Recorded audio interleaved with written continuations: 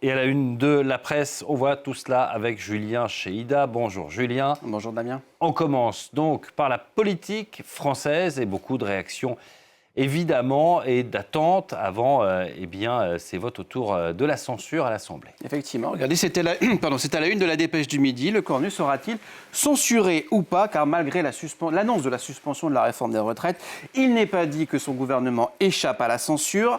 Il y a des voix dissidentes, aussi bien chez le Parti socialiste que chez les Républicains. De la non-censure à la guerre des gauches, il n'y a qu'un pas pour le Parti socialiste, sous pression, nous dit le journal Le Monde, qui se ferait, je cite, duper par le Premier ministre. Parmi les principales critiques, elles émanent de la France insoumise, qui parle, je cite, d'une trahison de leurs anciens alliés socialistes.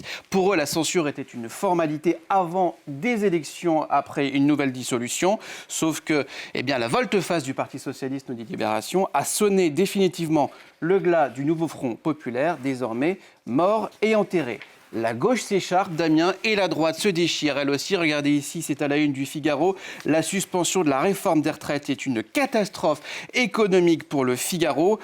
Le Figaro qui évoque un rapprochement éventuel, hypothétique, précisons-le, entre les Républicains et un certain Rassemblement national, après les très vives critiques de Bruno Retailleau. Ces concessions du gouvernement Le Cornu à la gauche sont très très mal vécues par les libéraux. Regardez, c'est ici à la une de l'Opinion qui annonce le grand retour du bazar fiscal avec des impôts, des taxes et des charges en plus. Le pire est à venir, le dit le journal L'Opinion. Et tout ça, Damien, c'est la faute à Macron. C'est ce que dit ici François Hollande à nos confrères du journal belge Le Soir. Emmanuel Macron n'a ni conviction ni culture politique. Regarde, vous voyez bien, Damien, que 8 ans après, François Hollande n'a toujours pas dirigé la trahison de son ancien protégé. Voici pour la politique française. Dans l'autre fait de l'actu, c'est ce qui se passe, Damien, dans la bande de Gaza.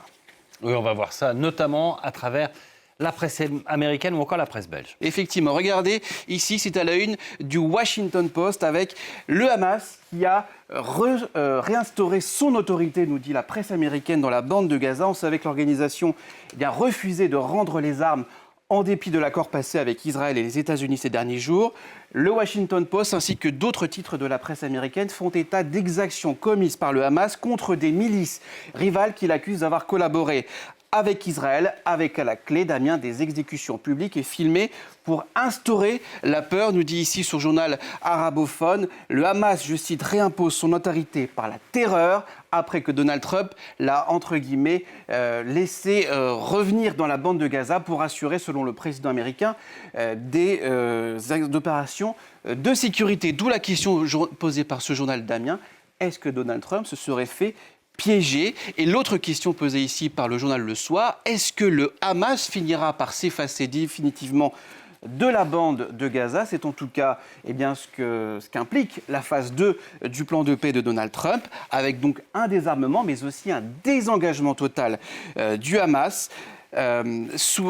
Après avoir été, entre guillemets, conciliant avec le Hamas, Donald Trump a durci le ton hier, en assurant que si le Hamas ne se désarmait pas de lui-même, les États-Unis s'en chargeraient, sans évidemment préciser comment. Voici pour la partie du Proche-Orient.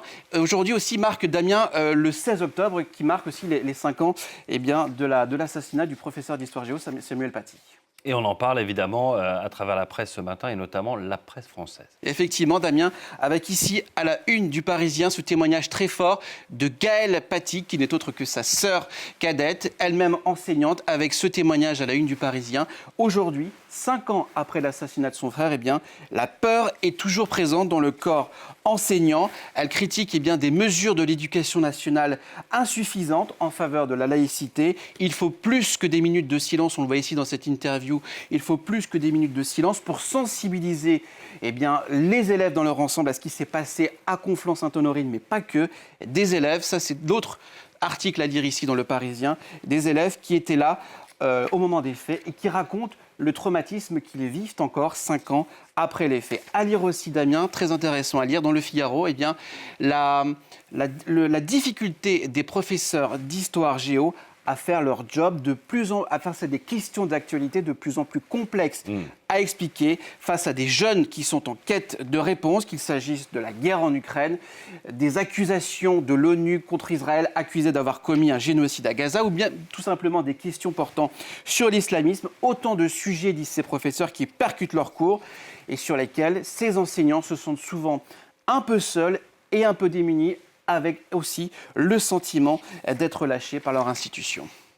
Il n'y a pas que ça dans la presse, évidemment. Ce matin, vous nous proposez aussi une idée de visite aux États-Unis un peu morbide. Effectivement, quoi de mieux qu'un hôtel aux histoires hantées pour passer les fêtes d'Halloween. Damien, ancien HP, ancienne base militaire ou bien ancienne prison, donc que des établissements au passé trouble reconvertis, disons-le, en hôtel de luxe. Eh bien, le New York Times propose ici une liste de 7 destinations pour les voyageurs en quête de sensations fortes. L'un de ces hôtels n'est autre que l'hôtel le plus hanté des États-Unis. Il se situe dans l'Arkansas. Âme sensible, s'abstenir. Vous me donnez la liste en coulisses, moi ça me dit bien pour Halloween. Merci beaucoup Julien pour cette revue de presse. Moi je vous propose à présent de découvrir une exposition. La dernière exposition du Louvre depuis ce mercredi, l'œuvre de Jacques-Louis David est à voir dans le plus